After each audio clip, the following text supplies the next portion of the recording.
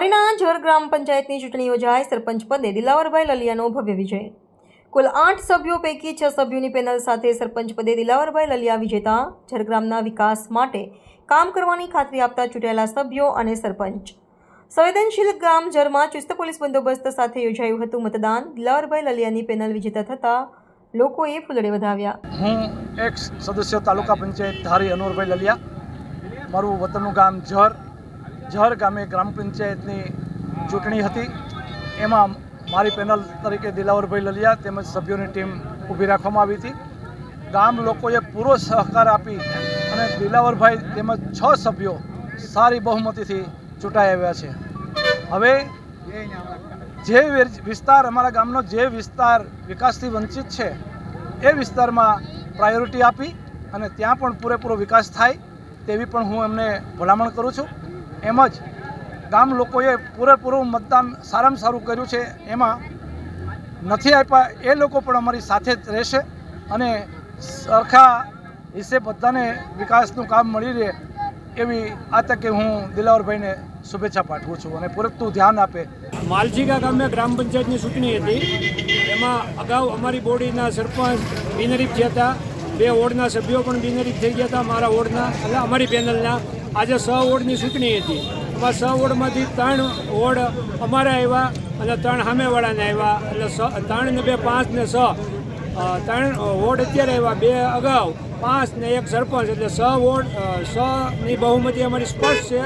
અને જે ગામ લોકોએ અમારી માથે વિશ્વાસ મૂક્યો અને 25 વર્ષથી અમને ખોબે ધોબે મત દે છે અને દર વખતે અમારી પેનલ જીતાડ્યા છે. એ બદલ ગામ લોકોનો ખૂબ ખૂબ આભાર. અને આવી અને અગાઉ મારા ફાધર બિનહરીફ સરપંચ તરીકે ફરજ બજાવતા, મારો ભાઈ 20 વર્ષથી ગ્રામ પંચાયતના સરપંચ તરીકે ફરજ બજાવે છે.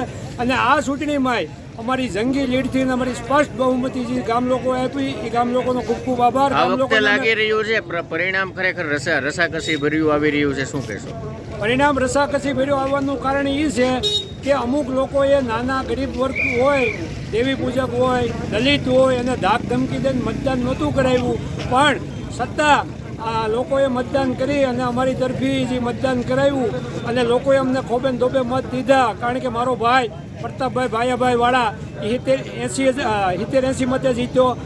અમારા બેન શ્રી નંદાબેન પ્રતાપભાઈ વાળા એ 60-70 મતે જીત્યા. એવી જ રીતે અમારા સરપંચ હતા અગાઉ વિમળાબેન મંગળુભાઈ વાળા એ જંગી લીડથી ચૂંટાણા.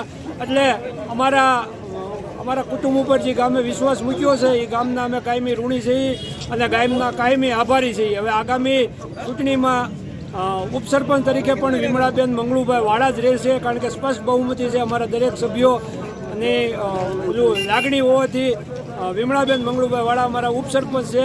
અને આવી જ રીતે ગામ અમને સાથ સહકાર આપે, અમે વિકાસના કામ કરતા રહેવું અને હંમેશા ગામના ઋણી છીએ. કારણ કે 20 વર્ષથી અમે ગ્રામ પંચાયત ચલાવી છે. મારો ભાઈ 20 વર્ષના સરપંચ છે, મારા ફાધર અગાઉ બિનહરીફ સરપંચ હતા.